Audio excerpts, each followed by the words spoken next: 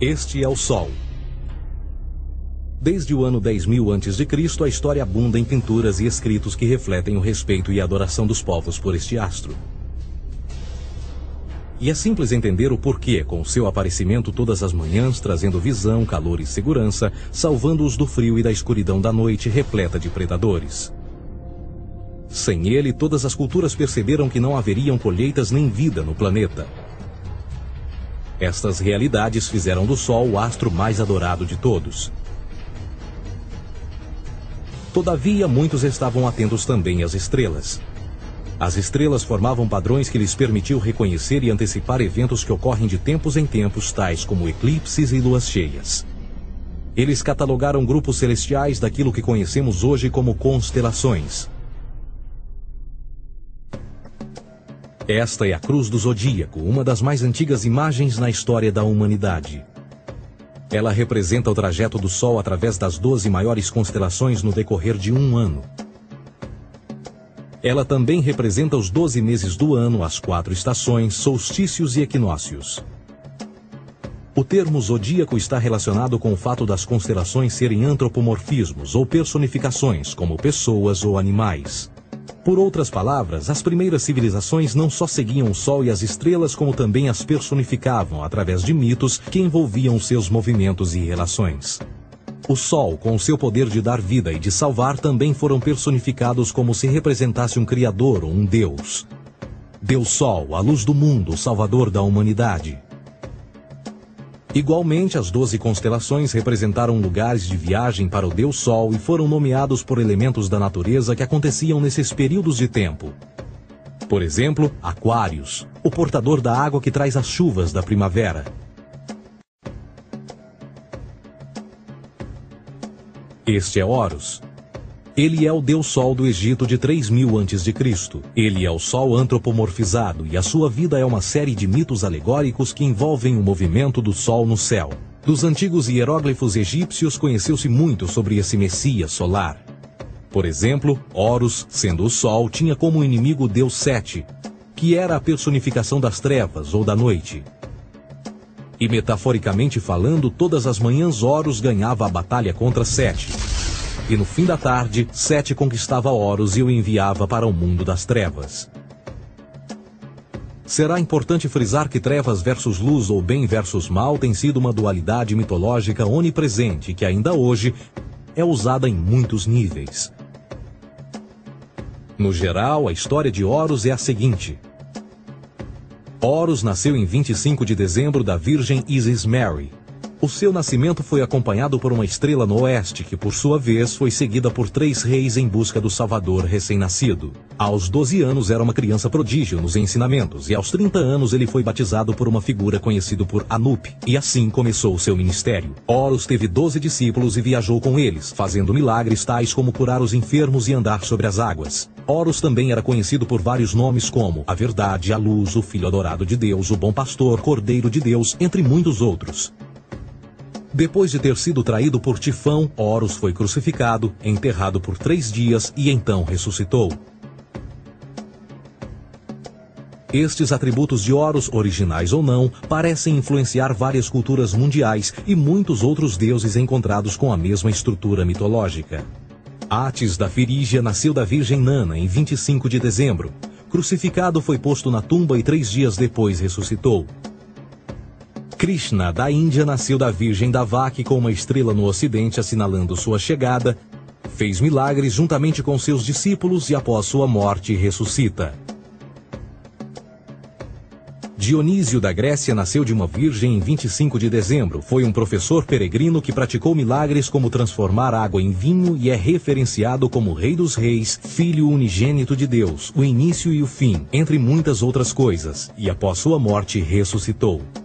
Mitra da Pérsia nasceu de uma virgem em 25 de dezembro. Ele teve 12 discípulos e fazia milagres. E após sua morte foi enterrado por 3 dias e então ressuscitou. Ele também foi chamado de a Verdade, a Luz, entre outros. Curiosamente, o dia sagrado de adoração a Mitra era um domingo. O que importa salientar é que existiram inúmeros salvadores em diferentes períodos em diversos lugares da Terra que preenchem essas mesmas características. A pergunta que não quer calar: o porquê desses atributos? Por que o nascimento de uma virgem em 25 de dezembro? Por que a morte e a ressurreição após 3 dias? Por que os 12 discípulos ou seguidores? Para descobrirmos, vamos examinar o mais recente dos Messias solares. Jesus Cristo nasceu em 25 de dezembro em Belém. Ao nascer foi anunciado por uma estrela no ocidente que seria seguida por 3 reis magos para encontrar e adorar um novo Salvador. Tornou-se pregador aos 12 anos. Aos 30 anos foi batizado por João Batista e então iniciou seu ministério. Jesus teve 12 discípulos que viajaram com ele praticando milagres como curar doentes, andar sobre a água, ressuscitar mortos. Ele também é conhecido como Rei dos Reis, o Filho de Deus, a luz do mundo, o início e o fim, o Cordeiro de Deus, entre muitos outros. Depois de ter sido traído por seu discípulo Judas por 30 moedas de prata, ele foi crucificado, posto em uma tumba e após 3 dias ele ressuscitou e ascendeu aos céus. Em primeiro lugar, a sequência do nascimento é completamente astrológica. A estrela no ocidente é Sírius, a mais brilhante do céu noturno, que a cada 24 de dezembro se alinha com outras 3 estrelas brilhantes no cinturão de Órion. Essas 3 estrelas brilhantes são chamadas hoje, como eram na antiguidade, 3 reis, 3 Marias no Brasil e Portugal. Os 3 reis e a estrela mais brilhante, Sírius, todas apontam para o nascer do Sol em 25 de dezembro. Esta é a razão pela qual os 3 reis seguem a estrela a oeste em uma ordem que apontam ao amanhecer. O nascimento do Sol.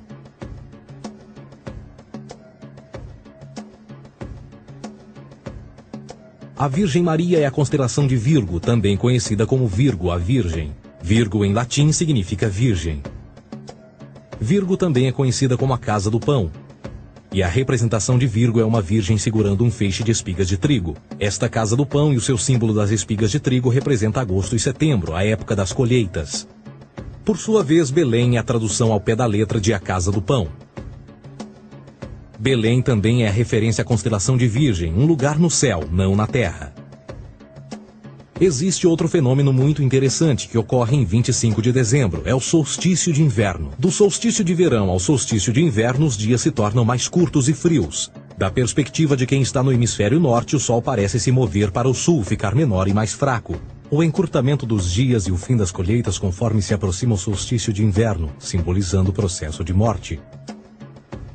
Era a morte do Sol.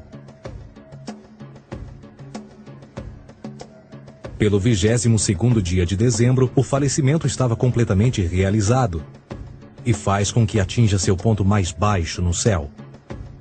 Aqui algo curioso acontece. O Sol para de se mover por 3 dias.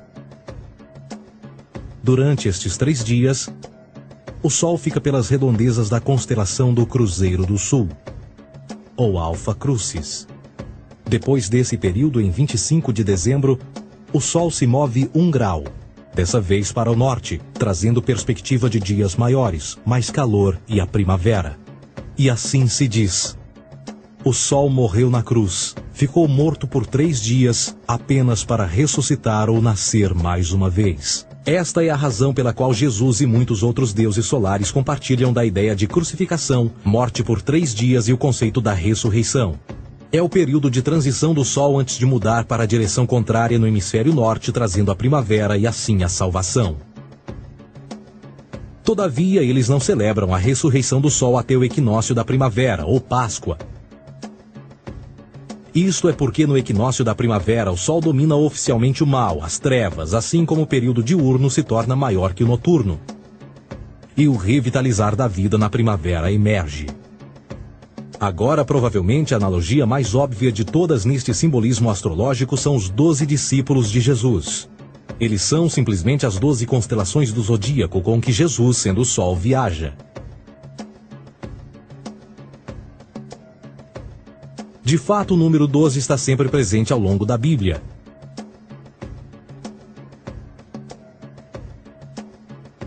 Voltando à cruz do zodíaco, o elemento figurativo da vida é o Sol. Isto não é uma mera representação artística ou ferramenta para seguir os movimentos do Sol. Era também um símbolo espiritual pagão. Uma logografia similar a isto. Isto não é um símbolo do cristianismo. É uma adaptação pagã da cruz do zodíaco.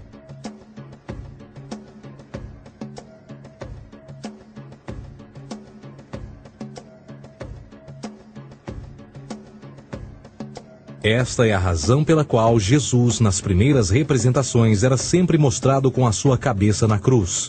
Jesus é o Sol, Filho de Deus, a luz do mundo.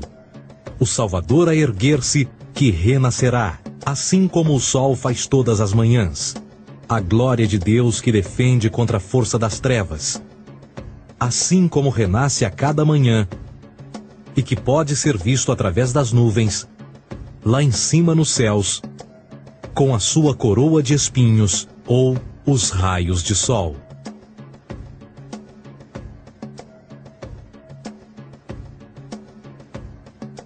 Agora, nas muitas referências astrológicas ou astronômicas na Bíblia, uma das mais importantes tem a ver com o conceito de eras. Através das Escrituras há inúmeras referências a essa era. Para compreender isto, precisamos primeiro estar familiarizados com o fenômeno da precessão dos equinócios.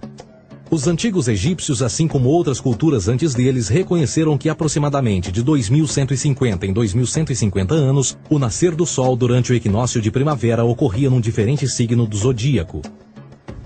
Isto tem a ver com a lenta oscilação angular que a Terra tem quando roda sobre o seu eixo. É chamado de precessão porque as constelações vão para trás, em vez de permanecerem no seu ciclo anual normal. O tempo que demora cada precessão através dos 12 signos é de 25.765 anos.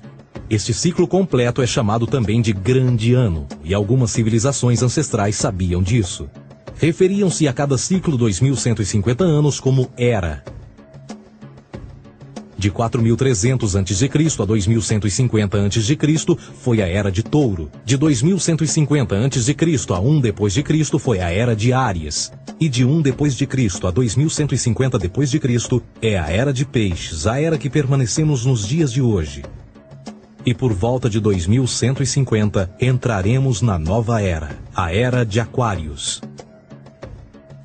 Agora, a Bíblia refere-se por alto ao movimento simbólico durante 3 eras, quando se vislumbra já é uma quarta.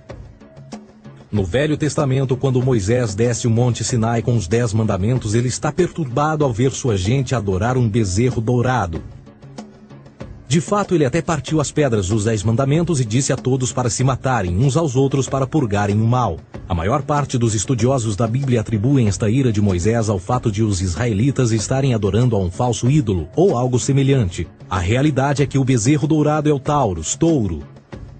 E Moisés representa a nova era de Áries. Esta é a razão pela qual os judeus ainda hoje assopram com o chifre do carneiro. Moisés representa a nova era de Áries. E perante esta, todos têm de largar a velha. Outras divindades, tais como Mitra, marcam essa transição também. Um deus pré-cristão que mata o touro, na mesma linha simbólica. Agora Jesus é a figura portadora da era seguinte à de Áries, a era de Peixes. O simbolismo de peixes é abundante no Novo Testamento, assim como Jesus alimenta 5.000 pessoas com pão e 2 peixes. No início do seu ministério, enquanto caminhava ao longo da Galileia, conhece 2 pescadores que o seguem. Agora reflita se voltar a ver um adesivo em formato de peixe escrito Jesus na traseira dos carros. Poucos sabem o que aquilo no fundo representa. É um simbolismo astrológico pagão para o reinado do Sol durante a Era de Peixes. Jesus assumiu também que a data do seu nascimento é também a data do início desta era. Em Lucas 22:10, quando Jesus é questionado se a próxima passagem será depois de ele ir embora, Jesus responde: Eis que quando entrardes na cidade, encontrareis um homem levando um cântaro de água. Segui-o até a casa em que ele entrar. Esta escritura é de longe a mais reveladora de todas as referências astrológicas. O homem que leva um cântaro de água é Aquários, o portador de água, que é sempre representado com um homem despejando uma porção de água. Ele representa a era depois de Peixes, e quando o Sol, Filho de Deus, sair da era de Peixes, Jesus, entrará na casa de Aquários, e Aquário é antes de Peixes na precessão dos equinócios. Tudo o que Jesus diz é que depois da era de Peixes chegará a era de Aquário.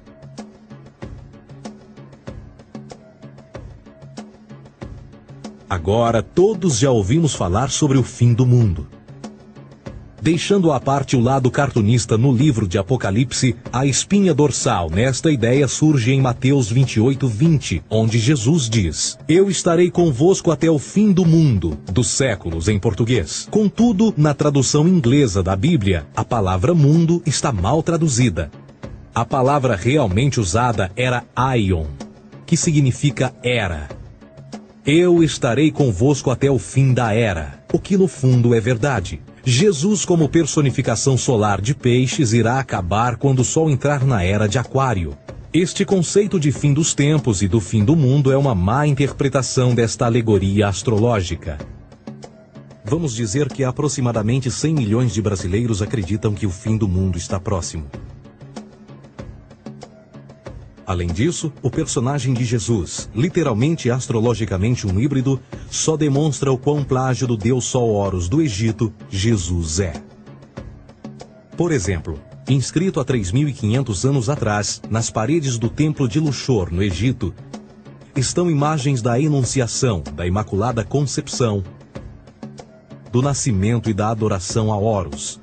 As imagens começam com o anúncio à Virgem Ísis de que ela irá gerar Horus, que Nefe, o Espírito Santo, irá engravidar a Virgem, e depois o parto e a adoração, e que é não mais do que o milagre da concepção de Jesus. Na verdade, as semelhanças entre Horus e Jesus são flagrantes.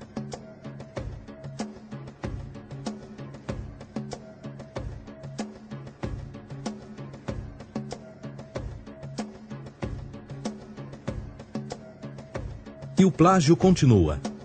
A história de Noé e da sua arca é tirada diretamente das tradições. O conceito de dilúvio é presente em todas as antigas civilizações, em mais de 200 diferentes citações em diferentes períodos e tempos. Contudo, não será preciso ir muito além da fonte pré-cristã para encontrar a epopeia de Gilgamesh, escrita em 2600 a.C.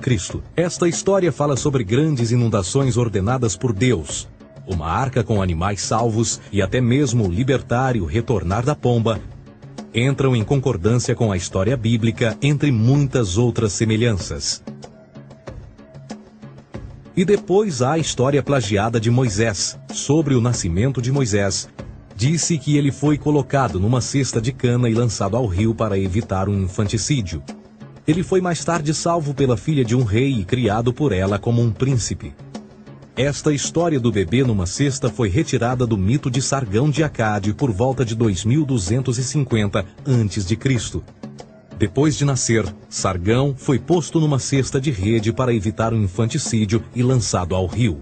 Foi depois salvo e criado por Aqui, uma esposa da realeza Acádia. Além disso, Moisés é conhecido como legislador, portador dos 10 mandamentos e da lei mosaica. Contudo, a ideia de a lei ser passada de um deus para um profeta numa montanha é também antiga. Moisés é somente um legislador numa longa linha de legisladores na história mitológica. Na Índia, Manou foi o grande legislador. Na ilha de Creta, Minos ascendeu ao monte Ida, onde Zeus lhe deu as leis sagradas. Enquanto que no Egito, Moisés tinha nas suas pedras tudo o que Deus lhe disse. E no que diz respeito a estes 10 mandamentos, foram retiradas a papel químico do feitiço 125 do Livro dos Mortos do Antigo Egito. O que é que o Livro dos Mortos dizia? Eu nunca roubei, tornou-se tu nunca roubarás. Eu nunca matei, tornou-se nunca matarás. Eu nunca menti, tornou-se nunca levantarás falsos testemunhos. E por aí adiante. A religião egípcia é, no fundo, a base fundamental para a teologia judaico-cristã. Batismo, vida após a morte, julgamento final, imaculada concepção, ressurreição, crucificação, a arca da aliança, circuncisão, salvadores, comunhão sagrada, dilúvio, Páscoa, Natal, a passagem e muitas outras coisas e atributos são ideias egípcias, nascidas muito antes do cristianismo ou judaísmo. Justin Martyr, um dos primeiros historiadores e defensores cristãos, escreveu: quando nós, cristãos, dizemos que Jesus Cristo, nosso Mestre, foi produzido sem união sexual, morreu e ressuscitou e ascendeu aos céus, nós não propomos nada de muito diferente do que aqueles que propõem e acreditam tal como nós, nos filhos de Júpiter. Numa escrita diferente, Justin Martyr diz: ele nasceu de uma virgem. Aceite isto em comum com o que você acredita dos Perseus. É óbvio que Justin e outros cristãos cedo souberam como o cristianismo era semelhante a outras religiões pagãs. Contudo, Justin tinha uma solução. Para além de tudo o que sabemos, o diabo era em quem mandava. O diabo teve a ambição de chegar primeiro que o Cristo e criou essas características para o mundo pagão. Fundamentalist Christianity, fascinating. These people actually believe the world is 12,000 years old. It's pretty cool. I actually asked one of these guys, okay, dinosaur fossils. He says, dinosaur fossils? God put those here to test our faith.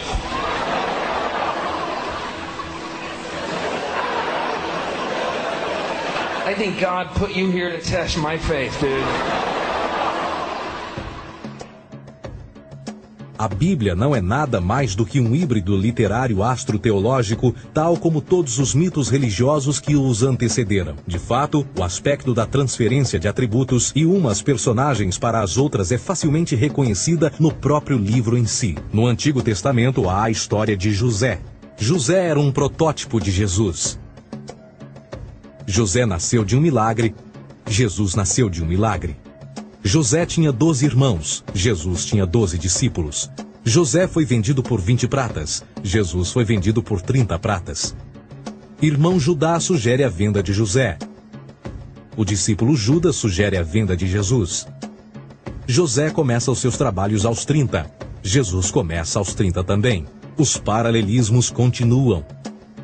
Além disso, haverá algum registro não bíblico da existência de mais alguém chamado Jesus, filho de Maria, que viajou com 12 seguidores e curou pessoas? Existiram muitos historiadores que viveram no Mediterrâneo durante esse mesmo período e até mesmo após a presumível morte de Jesus. Quantos desses historiadores fizeram relatos sobre a sua figura? Nenhum. Porém, para sermos justos, não significa que os defensores da existência de Jesus nunca tenham reclamado o contrário. São particularmente 4 referidos como pioneiros sobre a teoria da existência de Jesus: Plínio o Jovem, Suetônio e Tácito. Cada uma das suas máximas consiste apenas em algumas frases em que, na melhor das hipóteses, se refere a Christus ou Cristo, e que na realidade não é um nome, mas sim uma titulação. A 4ª fonte é Joséfo, cujos documentos ficou provado terem sido falsificados séculos atrás e, para infortúnio da humanidade, por muitos ainda visto como verdadeiros. Poderá alguém ter se aproveitado das ideias renascer dos mortos, a ascensão ao reino dos céus e a prática de milagres e que a partir daí tenha começado a surgir nos registros históricos? Não, porque uma vez pesadas as evidências, há grandes probabilidades da figura conhecida como Jesus nunca sequer ter existido.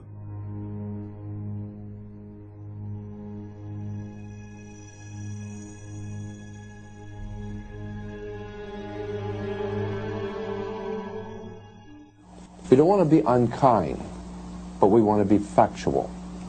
We don't want to cause hurt feelings, but we want to be academically correct in what we understand and know to be true. Christianity just is not based on truth. We find that Christianity was in fact nothing more than a Roman story, developed politically. A realidade consiste em que Jesus foi a divindade solar do setor gnosticista cristão e, tal como outros deuses pagãos, era uma figura mítica. Foi sempre o poder político que procurou monopolizar a figura de Jesus para controle social. Por volta de 325 d.C., em Roma, o imperador Constantino reuniu o Concílio Ecumênico de Niceia e foi durante esta reunião que as doutrinas políticas com motivação cristã foram estabelecidas e assim começou uma longa história de derramamento de sangue e fraude espiritual. E nos 1600 anos que se seguiram, o Vaticano dominou politicamente e com mão de ferro toda a Europa, conduzindo-a a um período de obscurantismo, onde o conhecimento era apenas um privilégio da Igreja, as Cruzadas e a Santa Inquisição. O cristianismo, bem como todas as crenças teístas, são a fraude desta era. Serviu para afastar os seres humanos do seu meio natural e da mesma maneira uns dos outros. Sustenta a submissão cega do ser humano à autoridade. Reduz a responsabilidade humana sob a premissa de que Deus controla tudo e que, por sua vez, os crimes mais terríveis podem ser justificados em nome da perseguição divina. E o mais importante, dá o poder àqueles que sabem a verdade e usam o mito para manipular e controlar sociedades. O mito religioso é o mais poderoso dispositivo já criado e serve como base psicológica para que outros mitos floresçam ou justifiquem.